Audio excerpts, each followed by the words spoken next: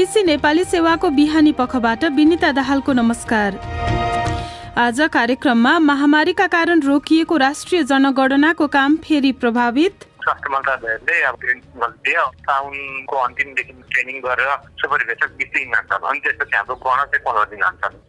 बाढी पहिरोबारे पूर्व सूचना प्रणालीका मुख्य चुनौती के हुन्? मल्टी हेजार्ड किसिमको पूर्व सूचना प्रणालीको जनताले जुन आवश्यकता महसुस गरेको छ त्यो कुरामा काम गर्न सकिरहेको अवस्था छैन। बाढी पूर्वानुमान शाखाका प्रमुख र मतदान सम्बन्धी विधेयक अमेरिकी सिनेटमा विफल। तर सबभन्दा पहिला आजका प्रमुख विश्व समाचार फडिन र दाहालबाट सुन्नुहोस्। अमेरिकी सिनेटका रिपब्लिकनहरूले देशभर व्यापक मतदान अधिकारको विस्तार सम्बन्धी विभिन्न किसिमका बहसहरू निम्त्याउने एउटा विधेयकलाई अघि बढ्नबाट रोकेका छन्। उक्त विधेयकका लागि आवश्यक 60 मत जुटाउन डेमोक्रेटहरू विफल भएका थिए। रिपब्लिकनहरूले प्रस्तावित कानुनले राज्यहरूको अधिकारमा हस्तक्षेप गर्ने टिप्पणी गरेका छन्। एउटा विज्ञप्ति मार्फत प्रतिक्रिया जनाउँदै राष्ट्रपति बाइडेनले लडाई अझै नसकिएको बताए। आफ्नो नियन्त्रणमा रहेका कतिपय राज्यहरूमा रिपब्लिकनहरूले मतदानमा कतिपय नयाँ सीमाहरू तोकेका छन्।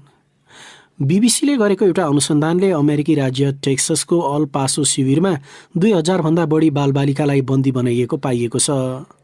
फोर्ट ब्लिसमा रहेको उक्त शिविरमा क्षमताभन्दा बढी मानिस राखिएको छ र त्यहाँ कैयौं बिरामी भएका र बालबालिकालाई सफा कपडा र स्वास्थ्य सेवाको अभाव रहेको पाइएको छ। त्यहाँ काम गर्ने कर्मचारीले कोभिड र फ्लूले हालैका महिनामा सयौं बालबालिकालाई असर गरेको बताएका छन्। शिविरको भ्रमण गरेका एकजना बीबीसी संवाददाताले सुत्ने ठाउँहरूमा निकै भिड रहेको र गोप्य रेकर्डिङहरूले कतिपय बालबालिकालाई कर्मचारीले दुर्व्यवहार गरेको हुन सक्ने जनाएका छन्। अमेरिकी सरकारले कैयौं इरानी समाचार वेबसाइटहरूमाथि नियन्त्रण कायम गरेको छ। उनीहरूमध्ये धेरैले आफूहरू अमेरिकाको नियन्त्रणमा रहेको जानकारी दिँदै वेबसाइटलाई निष्क्रिय बनाएका छन्। बन्द गरिएका वेबसाइटमा सरकारी नियन्त्रणमा रहेको प्रेस टिभी, इरानको अरबी भाषाको टिभी अल आलम र इरानको समर्थन पाएको हुथी अभियानले यमनमा चलाएको अल मसिरा टिभी छन्। गएको अक्टोबरमा अमेरिकी न्याय मन्त्रालयले इरानको रिभोल्युसनरी गार्डले झुटा राजनीतिक सूचना प्रवाह गर्ने अभियान अन्तर्गत परिचालन गरेका वेब डोमेनहरू कब्जा गरेको बताएको थियो। विश्व खाद्य कार्यक्रमले दक्षिण माडागस्करमा 4 दशक यताकै खडेरीले भोकमरी र अनिकालको जस्तो अवस्था निम्त्याएको जनाएको छ। उक्त निकायका निर्देशक डेभिड बेस्लीले तत्कालै सहायता नपुर्याइए 5 लाख भन्दा बढी मानिस भोकमरीको सङ्घारमा पुग्ने र झण्डै 8 लाख मानिसहरू त्यसतर्फ धकेलिने बताए। उनले जलवायु परिवर्तनको असरले पछिल्लो सङ्कट निम्त्याएको पनि टिप्पणी गरेका छन्। न्युजिल्यान्डका स्वास्थ्य अधिकारीहरूले अस्ट्रेलियाबाट आएका एकजना पर्यटकमा कोभिड-19 को संक्रमण देखिएपछि वेलिङटनमा सम्भावित लकडाउन लगाउने बारे विचार गरिरहेका छन्। न्यू साउथ वेल्सदेखि न्युजिल्यान्डसम्मको क्वारेन्टिन बिनाको हवाई यात्रा कम्तीमा 72 घण्टा निलम्बित गरिएको छ। संक्रमित व्यक्तिसँगै विमानमा सवार भएकाहरूलाई परीक्षण गराउन र 14 दिन एक्लिएर बस्न भनिएको छ। र संयुक्त राज्य अमेरिकाले अफगानिस्तानमा बढिरहेको हिंसा रोक्न आह्वान गरेको छ। पछिल्लो हिंसाले सम्पूर्ण क्षेत्रलाई अस्थिर बनाउन सक्ने चेतावनी यसअघि संयुक्त राष्ट्रसङ्घले दिएको थियो। तालिबान उग्रवादीहरूले गएको मे महिनामा अमेरिका र अन्तर्राष्ट्रिय फौजहरूले आफ्नो अन्तिम फिर्ती अभियान प्रारम्भ गरे यता 50 भन्दा बढी जिल्ला कब्जा गरेका छन्। यो बीबीसी नेपाली सेवा हो।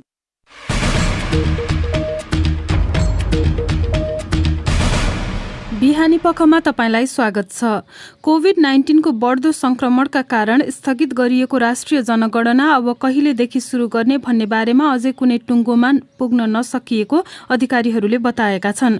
स्वास्थ्य मन्त्रालय लगायत सरकारवाला निकायसँग साउन महिनाको अन्तिमसम्म सुपरिवेक्षक र गणकहरूलाई तालिम दिन सकिन्छ कि भनेर छलफल भइरहेको उनीहरूको भनाइ छ।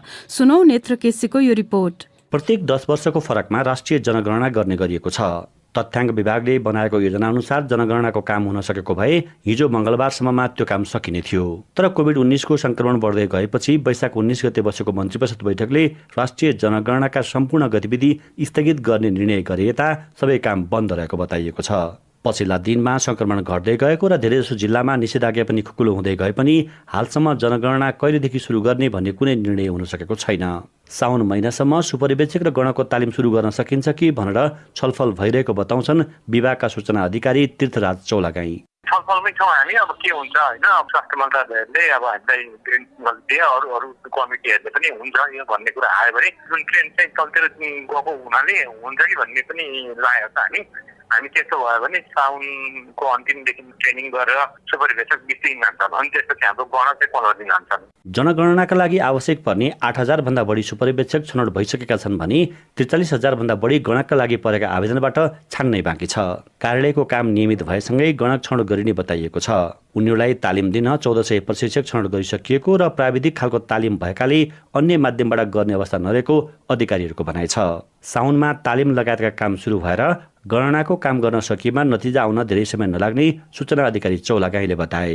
जस्तो नर्मल काम नै भयो भने पनि हाम्रो चाहिँ लगभग रिपोर्ट निकाल्नलाई 6 महिना लाग्छ हामीलाई। प्रिलिमिनरी रिपोर्ट चाहिँ 2.5-3 महिनामा हामी तयार गर्छौँ भन्ने कुरा थियो होइन, प्रिलिमिनरी चाहिँ। तर यो रिपोर्ट त लगातार निक्लिन्छ नि, 2 वर्ष हुने मोनोग्राफहरू लेख्ने काम हुन्छ, थुप्रो काम हुन्छ नि। कोभिड-19 को संक्रमण फेरि बढेमा भने जनगणनाको काम थप प्रभावित हुन सक्ने अधिकारीहरूको भनाइ छ।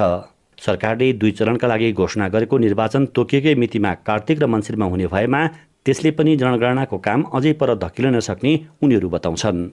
नेत्र केसी, BBC, काठमाडौँ। यस वर्ष अहिलेसम्म बाढीबाट मात्रै 12 जनाको ज्यान गएको र 23 जना अझै बेपत्ता रहेको राष्ट्रिय विपद जोखिम न्यूनीकरण व्यवस्थापन प्राधिकरणले जनाएको छ। पछिल्ला केही वर्षहरूमा विभिन्न नदीमा पूर्व सूचना प्रणाली जोडिएको र त्यसले बाढीबाट हुने क्षति कम गर्ने गरेको सरकारी भनाइ छ। यसै सन्दर्भमा हामीले जल तथा मौसम विज्ञान विभागको बाढी पूर्वानुमान शाखाका प्रमुख विक्रम श्रेष्ठ जुवालाई सम्पर्क गरी बाढी पूर्व सूचना प्रणालीलाई थप के गर्नेतर्फ काम भइरहेको छ भनेर सोधेका छौं।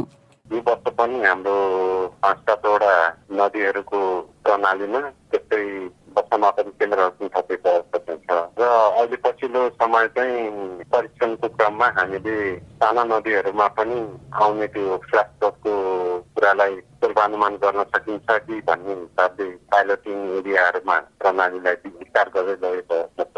त्यस्तै हिमाली भेगमा पनि ताल विस्फोटनको हिसाबले संवेदनशील क्षेत्रमा पनि पूर्व सूचना प्रणाली बढाउँदै लग्ने भन्ने हिसाबले यो पटक पनि हामीले कम्तीमा 3वटा नदीहरूमा अरुण नदी, भोटेकोशी नदी बारबिसे एरिया, अर्को भोटेकोशी तपाईँको रसुवाको डाइङसँगको सिमानामा चाहिँ हामीले राख्ने हिसाबले अगाडि बढेका छन्। त्यसरी हामीले विस्तार गर्दैछौँ। अहिले देशभरि चाहिँ कतिवटा यस्ता पूर्व सूचना प्रणालीहरू छन् र तिनीहरूबाट कति क्षेत्र चाहिँ ओगटिएको छ?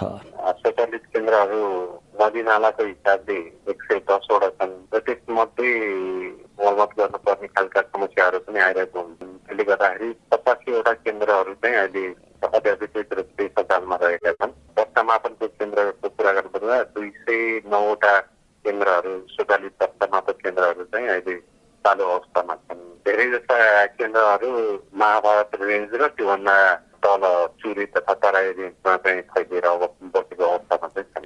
नदीको बहाव चाहिँ बढ्यो, त्यो चाहिँ अलि खतराको उसमा छ भन्ने कुरा चाहिँ थाहा पाइसकेपछि त्यो सूचना चाहिँ त्यो प्रभावित हुने क्षेत्रसम्ममा कुन कुन माध्यमबाट पठाउने गरिन्छ? बाढी प्रभावित क्षेत्रमा ट्राभल हुने मोबाइलहरू र त्यहाँ दर्ता भएका मोबाइलहरू सबैमा चाहिँ हामीले माथिल्लो तहमा आएको बाढीको सूचनालाई चाहिँ प्रवाह गर्छौँ। त्यो 2 किसिमले गर्छौँ। एउटा चाहिँ किनारासम्म पुग्ने पानीको हिसाबले सतर्क हुनलाई भनेर गरे हुन्छौँ भने अर्को किनाराभन्दा माथि बस्तीमा जान सक्ने अवस्था भन्ने चाहिँ खतराको तह भनेर राखेका हुन्छौँ। हामीले थ्रेसहोल्ड त्यो अनुसार चाहिँ सूचना प्रवाह गर्छौँ र त्यो सूचना चाहिँ लगभग ठुला नदीहरूमा 4-5 घण्टा अगावै हामीले चाहिँ पठाउने गर्छौँ। साना नदीहरूको अवस्थामा र प्रमुख नदीका साइड नदीहरूको अवस्थामा 2 देखि 4 घण्टामा सूचना प्रवाह हुने किसिमको सञ्जाल चाहिँ हामीसँग छ। विपद सेक्टरमा काम गर्नुहुन्छ उहाँलाई समेत हामीले त्यो सूचना चाहिँ एसएमएस प्रवाह गरेका हुन्छौँ। मुख्यतया यसमा भोग्नु परेका समस्या चाहिँ के हुने पूर्व सूचना प्रणालीमा? फ्ल्यासफ्लडहरू हुन्छन् त्यो पहाडी क्षेत्रमा। त्यो लेभलको विज्ञानको पनि कम्प्लेक्सिटी, त्यो लेभलको क्यापेसिटी, त्यो लेभलको हाम्रो संरचना चाहिँ नभएको कारणले त्यतातिर चाहिँ सुस्त रूपले हाम्रो सेवा दिन सकिरहेको अवस्था चाहिँ छैन। समस्याको कुरा गर्नुपर्दा नेपालको भूगोलसँग सुहाउँदो पहाडी क्षेत्रको जुन आवश्यकता अनुसार आकस्मिक भावको एक्युरेसी लेभल चाहिँ धेरै न्यून भएको कारणले त्यो चुनौती चाहिँ हामीलाई छ। र अहिले नेपालको कन्टेक्स्टमा वर्षाबाट हुने बाढी र पहिरो समेतले गर्दाखेरि विकास हुने खालको बाढी जियोलोजीसँग रिलेटेड कुराहरू पनि भएको हुँदाखेरि चाहिँ मल्टी हेजार्ड किसिमको पूर्व सूचना प्रणालीको चाहिँ जनताले जुन आवश्यकता महसुस गरेका छ त्यो कुरामा चाहिँ काम गर्न सकिरहेको अवस्था चाहिँ छैन। उनी थिए बाढी पूर्वानुमान शाखाका प्रमुख विक्रम श्रेष्ठ जुवा। साथी नेत्र केसीसँग कुरा गर्दै अर्को विषय, सुगम र शहरी क्षेत्रको स्वास्थ्य संस्थाको अवस्था र क्षमताबारे त बारम्बार प्रश्नहरू उठ्छन्। कोरोना भाइरसको महामारीले त्यसका कमजोरी झन उदाङ्गो पारिदिएको टिप्पणी भयो। झन दुर्गम कर्णालीमा 10 वर्ष अघि स्वास्थ्य सेवा र शिक्षाको अवस्था कस्तो हुँदो हो? अनुभवीहरू भन्छन् समयमा उपचार नपाएर अकालमा ज्यान गुमाउनु पर्ने अवस्था थियो भने डाक्टरहरू टिक्दैनथे। त्यही कर्णालीको जुम्ला अब डाक्टर उत्पादन गर्ने तयारीमा पुगेको छ। त्यो पुरानो पीडा र पलाएको आशाको चर्चा गर्दैछिन् जुम्लाबाट कृष्णमाया उपाध्याय। पहिला जिल्लामा डाक्टरहरू बस्न नमान्ने र डाक्टर भए पनि त्यही अनुसारको सामग्रीको व्यवस्था नहुँदा धेरै समस्या भोग्नु परे पनि अहिले त्यस्तो समस्या भोग्न नपरेको बताउँछिन् जुम्लाकी स्थानीय बासिन्दा समेत रहेकी जिल्ला अस्पताल हुँदादेखि कार्यरत nursing director Sabina Thapa. Postmortem गर्ने मान्छे नहुँदाखेरि डाक्टर आउन 1 हप्ता लाग्थ्यो, 1 हप्तासम्म लास्ट त्यतिकै हुन्थ्यो होइन। हामीले चाहिँ डक्टरहरूलाई नै मगाउनु पर्ने अवस्था पनि थियो। त्यतिखेर धेरै रिफरहरू गर्नु पर्थ्यो भने अहिले चाहिँ सहज स्थिति छ, मान्छेहरूले सेवा सुविधा पनि पाउनु भएको छ। आफूहरूले डाक्टर पढ्नको लागि भारत तथा नेपालका विभिन्न शहरमा जानु परे पनि अहिले आफ्नै घरमा बसेर स्वास्थ्य सम्बन्धीको उच्च शिक्षा हासिल गर्न पाउने भएपछि यहाँ अध्ययन गरेका डाक्टरहरूले दुर्गममा बसेर सेवा गर्न सक्छन् भन्ने आशा पलाएको बताउँछन् जुम्लाका स्थानीय बासिन्दा समेत रहेका कर्णाली स्वास्थ्य विज्ञान प्रतिष्ठानमा कार्यरत हाड जोड्ने विशेषज्ञ डाक्टर पूजन रोकाया। स्टाफ नर्स एचओदेखि लिएर स्नातक र पोस्ट ग्रेजुएट प्रोग्रामहरू 8वटा प्रोग्राम चाहिँ अहिले सञ्चालन भइरहेको छ र मुख्य कुरा दुर्गममै उत्पादन भएका स्वास्थ्य जनसाथीहरूलाई दुर्गममै गएर काम गरेर भन्दा पनि सजिलो हुन्छ। यसले चाहिँ जुम्ला मात्रै नभएर समग्र कर्णाली प्रदेशकै अरू पिछडिएका जिल्लाहरूमा पनि सेवा पुर्याउनमा मद्दत गर्छ जस्तो लाग्छ मलाई। यस वर्षबाट कर्णालीमा एमबीबीएस पढ्ने बाटो खुल्ला भएसँगै 20 जनाको कोटा निर्धारण गरिएको हुनाले त्यही अनुसारको तयारी पूरा भइसकेको बताउँछन् कर्णाली स्वास्थ्य विज्ञान प्रतिष्ठानका प्रवक्ता डाक्टर रमेश भट्टराई। पहिला आफ्नो युनिभर्सिटीले आफ्नो स्टुडेन्ट आफ्नो ठाउँमा इन्ट्रान्स लिने गर्थे। चिकित्सा शिक्षा आयोग भरिसकेपछि चाहिँ कमन इन्ट्रान्स हुन्छ। अहिले आयोगले इन्ट्रान्स लिन्छ अनि 20वटा स्टुडेन्टलाई हामीलाई यहाँ पठाइदिन्छ भर्ना हुन भनेर, अनि त्यो स्टुडेन्टलाई हामी पढाउँछौँ। यहाँ उत्पादन गरिएको जनशक्तिले नेपालका सबै ग्रामीण बस्तीसम्म पुगेर काम गर्न सक्ने खालको पाठ्यक्रम निर्माण गरिएको अधिकारीहरूले बताएका छन्। कृष्णमाया उपाध्याय, बीबीसी जुम्ला। बिहानी पखको अन्तिम विषय, अमेरिकी रिपब्लिकनहरूले राष्ट्रपति जो बाइडेनको प्राथमिकतामा परेको चुनाव सम्बन्धी नयाँ नियमको लागू गर्ने प्रयासलाई विफल बनाइदिएका छन्। हुलाकबाट गरिने मतदानलाई सहज बनाउने उक्त विधेयक दलीय आधारमा मत विभाजन हुँदा पक्ष र विपक्षमा समान 50-50 मत खसेपछि अवरुद्ध भएको हो। थप विवरण फणिन्द्र दाहालबाट। उक्त विधेयकको पक्षमा वकालत गरिरहेकाहरूले त्यसले सन् 1965को मतदान अधिकार सम्बन्धी ऐन यताकै सबैभन्दा दीर्घकालीन प्रभाव पार्ने धारणा राखेका थिए। 100 सदस्य सिनेटमा अधिकांश कानूनका प्रस्ताव अघि बढ्न 60 मत आवश्यक पर्छ र माथिल्लो सदनमा 2 दलबीचको विभाजन 50-50 रहेको छ। चुनाव सुधारका लागि व्हाइट हाउसबाट जिम्मेवारी पाएकी उपराष्ट्रपति कमला ह्यारिसले विधेयक विफल हुँदा बैठकको अध्यक्षता गरिरहेकी थिइन्। उनले लडाईँ अझै नसकिएको बताइन्। चुनावको दिन अगावै गरिने मतदानलाई विस्तार गर्ने बाहेक उक्त कानूनले चुनावी अभियानमा दिएका चन्दासहितका योगदानलाई थप पारदर्शी बनाउने र निर्वाचन क्षेत्रहरू निर्धारण गर्दा दलीय प्रभाव कम हुने कुरा सुनिश्चित गर्ने डेमोक्रेटहरूले बताएका थिए। तर रिपब्लिकनहरूले व्यक्तिको अधिकारलाई कुण्ठित गर्दै डेमोक्रेटहरूलाई राजनीतिक रूपमा लाभ पुग्ने गरी उक्त कानून ल्याइएको टिप्पणी गरिरहेका छन्।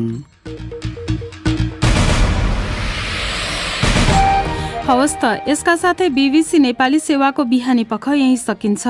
बेलुकी पौने 9 बजे साँझ पख लिएर हामी फेरि उपस्थित हुनेछौँ। त्यस बेलासम्मका लागि हामी सबैलाई बिदा दिनुहोस्। नमस्कार।